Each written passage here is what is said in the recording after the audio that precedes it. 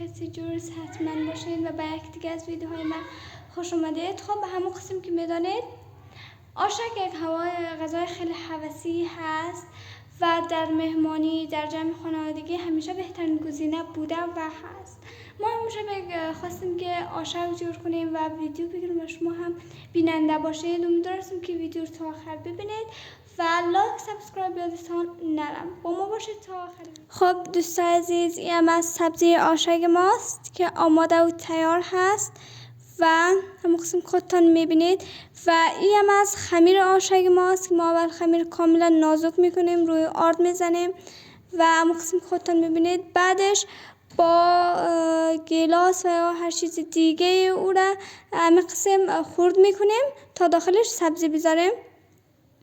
البته که روش اکثریت فرق میکنه او و شکل شمایل آشک هم از اکثریت فرق میکنه. مثلا ما یک قسم آشک جور میکنیم مثل بولانی های کوچک و برای فعلا هم دیر شده و ما باید عجله کنیم.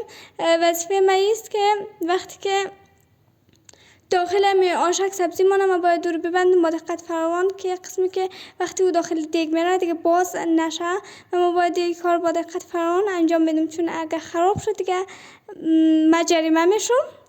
این هم از سبزی ما هست و ما هم در حال بسته کردن هستم و خواهرم هم در حال کمک کردن همراه ما هستن. دوستان عزیزم قسم که میبینید آشک خودش که یک غذای خیلی خوشمزه و هوسی است اما خیلی جنجالی هم هست و وقتی که ما اینا رو پر کردیم داخل یک بشقاب دانه دانه میشینیم که باز به هم نچسبه، چون متاسفانه هر چقدر آرد بزنیم بازم میچسبه. یعنی حتی اگه نچسبیدم بازم مهد احتیاط باید جدا جدا اونا را بشینیم. و این هم از دیگ ماست. ما از دیگ آشک استفاده نمیکنیم و همین قسم میذاریم و به خاطر از این داخل آب روغن زدیم که نمیچسبه.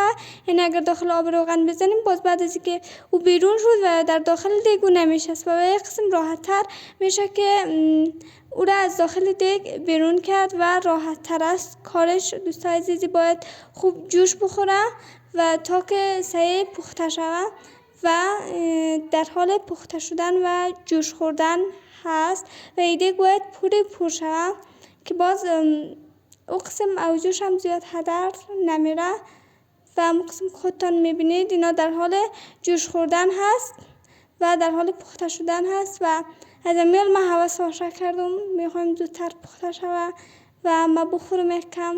یعنی وقتی که آشک پخته میکنی یا بولانی پخته میکنی خوردن و سر سفره یک چیز است، سر دیگر چیز است. سر دیگ خیلی مزه میده و هم زغاله های باقی مانده است که اول که ما خمیر آشک کردیم رو زغاله میکنیم بعدش و هم از خود آشک که تازه از داخل دیگ برآمده و از اینجا و هم از آشک های خام هست.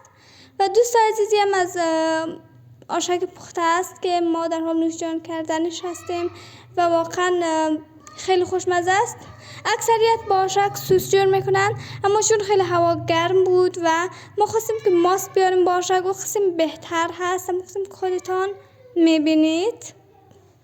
دوست عزیز این بود از پایان ویدیوی ما که امیدوارم تا آخر تماشا کرده باشین و لذت برده باشین. واقعا یک آشک خوشمزه بود و حالی هم ظرفا رو جمع کردیم شستیم و بعد از آشک چیزی که خیلی میچسبه چای است. یک چیز دقت کردین کشور ترکیه که هست به قهوه خوردن خیلی مشهور است و من فکر میکنم کشور افغانستان به چای خوردن مشهور باشه. بعد از نان چای، قبل از نان چای، اگر مریض بودی چای، اگر هوا گرم بود از بیرون آمدی چای، هوا که سرد بود خود 100% چای میخوره. ما خود خانه همین قسم هستیم همین چای دمی گرمی هوا که باشه باز میشه چای میذارم. امیالم با اینکه امشب هوا گرم است و آشکم که خورده بودیم خیلی تشنه میکنه به جای بازم چای خوردیم. خب در هر صورت این ویدیوی ما به پایان رسید. دوستان عزیز تا ویدیوهای بعدی شما رو به الله پاک میسپارم. خدا یار و نگهدار.